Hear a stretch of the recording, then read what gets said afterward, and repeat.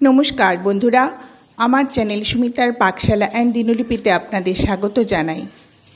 আজ আমি ঘরোয়া পদ্ধতিতে খুব সহজভাবে ঝরঝরে মটন বিরিয়ানি তৈরি করছি।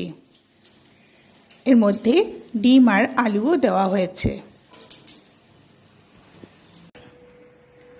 বিরিয়ানি মশলা তৈরি করব, এই জন্য এখানে নিয়েছি জয়িত্রী আর সাজিরা, গোলমরিচ, দারচিনি আর লবঙ্গ, বড় এলাচ, ছোট এলাচ আর জায়ফল, রাঁধুনি, ধনে আর মৌরি আর গোটা জিরে। এটার মধ্যে একটু তেজপাতা, শুকনো লঙ্কাও দিয়ে দিচ্ছি। এখানে একটা মশলা তৈরি করেছি, এর মধ্যে দিয়ে দিচ্ছি আদা, পেঁয়াজ, কাঁচা লঙ্কা আর টমেটো। 500 গ্রাম মাটন নিয়েছি, এই মাটনটার বিরিয়ানি করছি। এর মধ্যে একটু টক দই দিয়ে দিয়েছি আর এর মধ্যে দিয়ে দিচ্ছি নুন আর এটা হচ্ছে বিরিয়ানি মশলা আর হচ্ছে একটু লঙ্কার গুঁড়ো, যে বিরিয়ানি মশলাটা আমি তৈরি করলাম। সবকিছু দিয়ে মেখে নিচ্ছি। আর এখানে আলুগুলোকে কেটে নিয়েছি, কেটে তার মধ্যে নুন আর হলুদ মাখিয়ে নিচ্ছি। এবার সব প্রেসার কুকারের মধ্যে দিয়ে দেবো।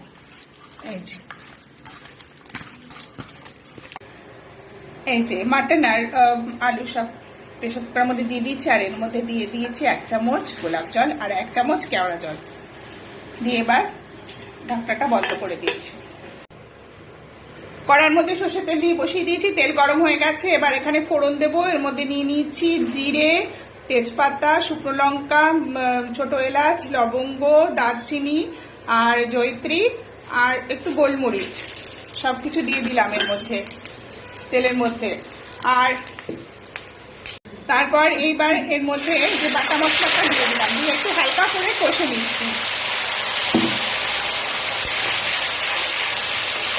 আমার রেসিপিটা যদি ভালো লাগে তাহলে আপনারা লাইক দেবেন, শেয়ার করবেন, কমেন্ট করবেন আর আমার চ্যানেলটিকে সাবস্ক্রাইব করে দেবেন আর পাশে থাকা বেল আইকনটা প্রেস করে দেবেন। এবার এর মধ্যে এই মাটনগুলো দিয়ে দিচ্ছি। এই মশলাটা ভালো করে কষে নিয়েছি।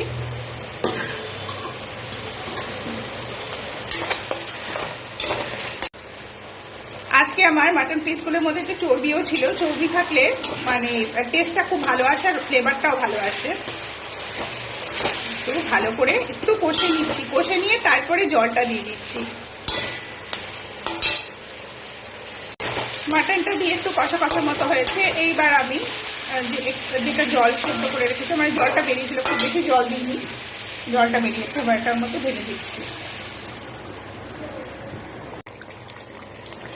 এই যে অনেকটা কষা হয়ে গেছে। এবার এর মধ্যে ডিম আর আলুটা দিয়ে দিলাম, দিয়ে আরেকটু সময় হবে, তারপরে বন্ধ করে দেবো।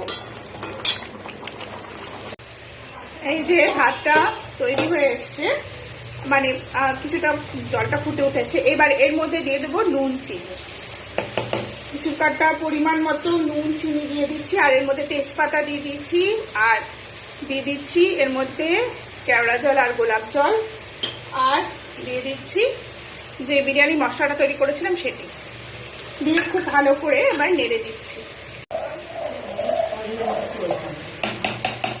এই যে নেড়ে এবার ঢাকা দিয়ে দিচ্ছি।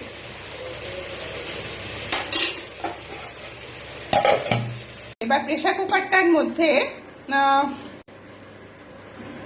কুকারের মধ্যে একটু তেল দিয়ে নিয়েছি। তেল দিয়ে তারপরে ভালো করে একটু তেজপাতা বিছিয়ে দিচ্ছি, যাতে নিচ দিয়ে লেগে না যায় কোনোভাবেই। কড়ার মধ্যে সাদা তেল দিয়ে দিয়েছি। এবার পেঁয়াজ দিয়ে পেঁয়াজ বেরেস্তা তৈরি করে দিচ্ছি। আঁচটাকে বাড়িয়ে দেবো, যাতে পেঁয়াজের মধ্যে জল থাকলে পেঁয়াজটা একটু নরম নরম ভাব থাকবে, যাতে মানে আঁচটা বাড়িয়ে করলে ভেতরে জল ভাবগুলো কমে যাবে।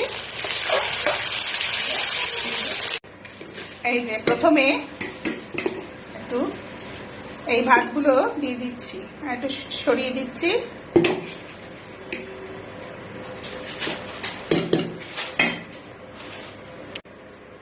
ভাতের ওপর এই যে মাংসগুলো এবার বিছিয়ে দিচ্ছি।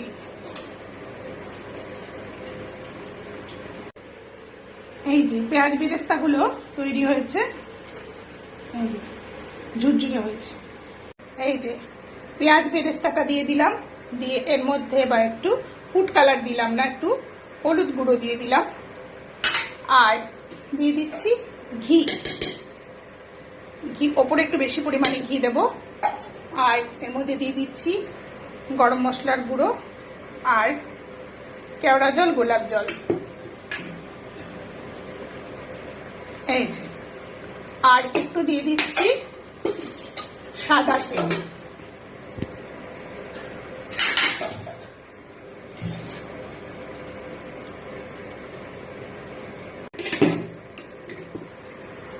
আবার ভাতে লেয়ারটা দিচ্ছি। আচ্ছা, আলুটা নিচে দিলাম না, কারণ আলু যদি মানে সার্ভ করবার সময় অনেক সময় ভেঙে যায়।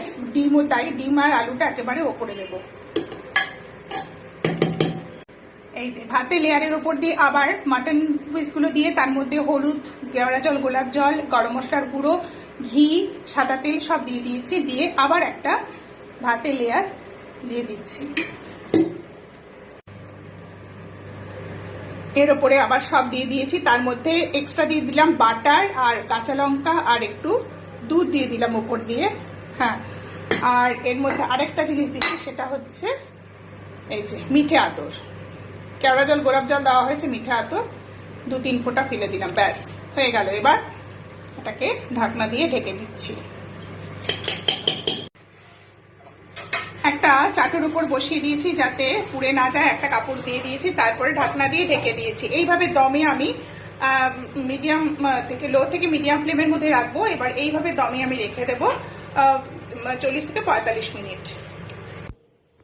তলা মোটা পাত্র নিলে ভালো হয়, তাই এক্ষেত্রে আমি প্রেসার কুকারটাই নিয়েছি। 1 ঘন্টা পর ঢাকনা সরিয়ে দিলাম। দেখুন এই রকম তৈরি হয়েছে। বিরিয়ানির চালটা যখন 80% সেদ্ধ হয়ে যাবে, তারপরেই আমি বিরিয়ানির জন্য মাংস দিয়ে একসঙ্গে বসাবো। দেখুন এরপর কত ঝরঝরে মতো চালটা হয়েছে, ভাতটা কত ঝরঝরে হয়েছে। একটা ডিশের সাহায্যে সার্ভ করে দিচ্ছি যাতে কোনোভাবেই ভাতগুলো ভেঙে না যায়। বেশ বড় বড় লম্বা লম্বা থাকবে। আর এর মধ্যে ডিম আর আলু দেওয়া হয়েছে, সেটাও আমি সার্ভ করে দিচ্ছি।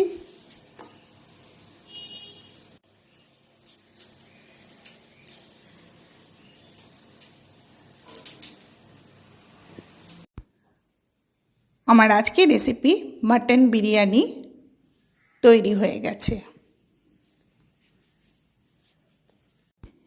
বিরিয়ানি শুধুও খাওয়া যায়, বা এখানে আমি সাইড ডিশ হিসাবে রেখেছি পনির পকোড়া আর চিকেন কষা।